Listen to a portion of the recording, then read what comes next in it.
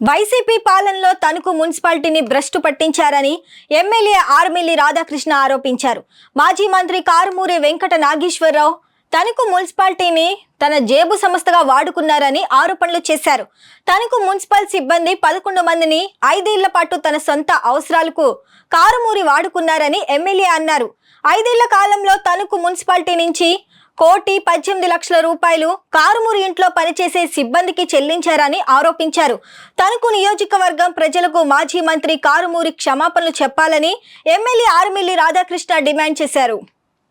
మేము అధికారంలోకి వచ్చి 100 రోజులు పూర్తవుతుంది. ఈ 100 రోజులుగాను కూడా ముఖ్యంగా తణుకు పట్టణంలో తణుకు మున్సిపాలిటీలో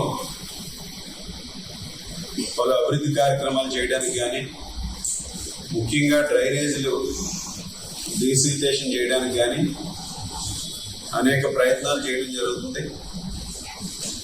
గత 5 సంవత్సరాల వైఎస్ఆర్ కాంగ్రెస్ పార్టీ ప్రభుత్వంలో మున్సిపాలిటీని పూర్తిగా భ్రష్టు పట్టించి కౌన్సిల్ లేనటువంటి సమయంలో మాజీ మంత్రి కారుమూరి నాగేశ్వరరావు గారు మున్సిపాలిటీని తన జేబు సంస్థగా వాడుకొని అన్ని విధాలుగాను కూడా భ్రష్టు పట్టించినటువంటి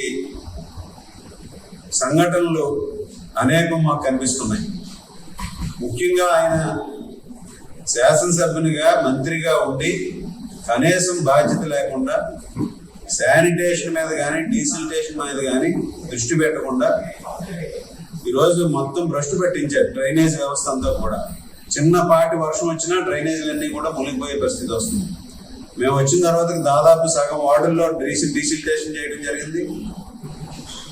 శానిటేషన్ ఒక పక్క సరిగ్గా నిర్వహించట్లేదు, మరొక పక్క శానిటరీ వర్కర్స్ని, కింద స్థాయి వర్కర్ని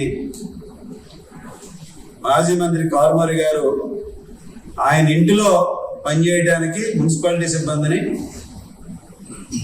అప్పనంగా వాడుకున్నటువంటి పరిస్థితి ఈరోజు కనిపిస్తుంది. 11 మంది మున్సిపల్ సిబ్బంది 5 సంవత్సరాల పాటు ఆయన ఇంటిలోనే పనిచేశారు. మస్తర్ మున్సిపాలిటీలో వేసుకోవటం పని మాజీ మంత్రి కారుమూరి ఇంటిలో.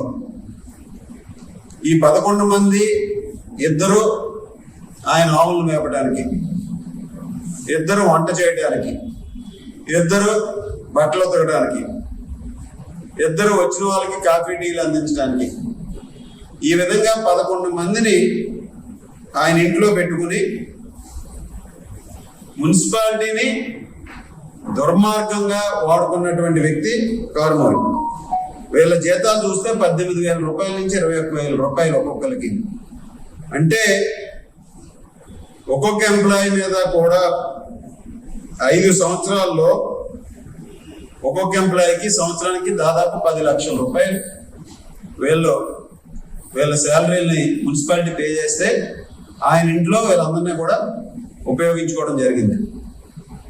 దీనికి చూస్తే 1,18,80,000 రూపాయలు 5 సంవత్సరాలకి ఆయన ఇంటిలో పనిచేయడానికి మున్సిపల్ సిబ్బందికి మున్సిపాలిటీ ద్వారా చెల్లించినటువంటి జీతాలు 1,18,80,000 రూపాయలు. వీళ్ళు ఏ రోజు కూడా మున్సిపాలిటీలో పనిచేయలేదు. 5 సంవత్సరాలు 5 సంవత్సరాలు కూడా ఉదయం నుంచి సాయంత్రం వరకు కారుమూరి ఇంట్లోనే పనిచేసినటువంటి పరిస్థితి.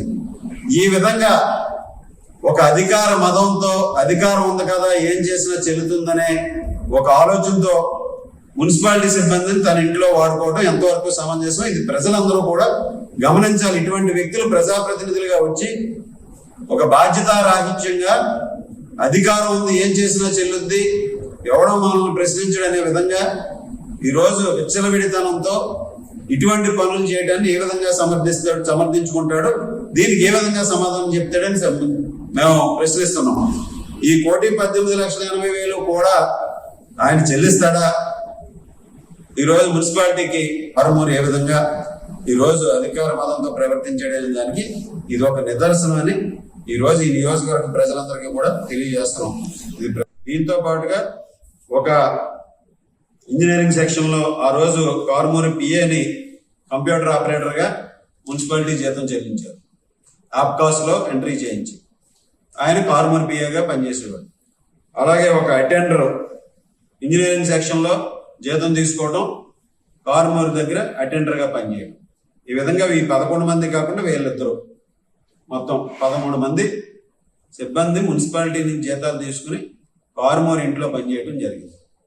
ఇది ప్రజలందరూ కూడా గమనించాలి. ఇటువంటి దౌర్భాగ్యమైనటువంటి పరిపాలనలో 5 సంవత్సరాలు మనం ఈరోజు ఈ నియోజకవర్గం అన్ని విధాలుగాను కూడా భ్రష్టు పెట్టిపోయిందని, దీన్ని ఈరోజు మేము చేయడానికి ప్రయత్నిస్తుంటే చాలా ఇబ్బందికరంగా ఉంది.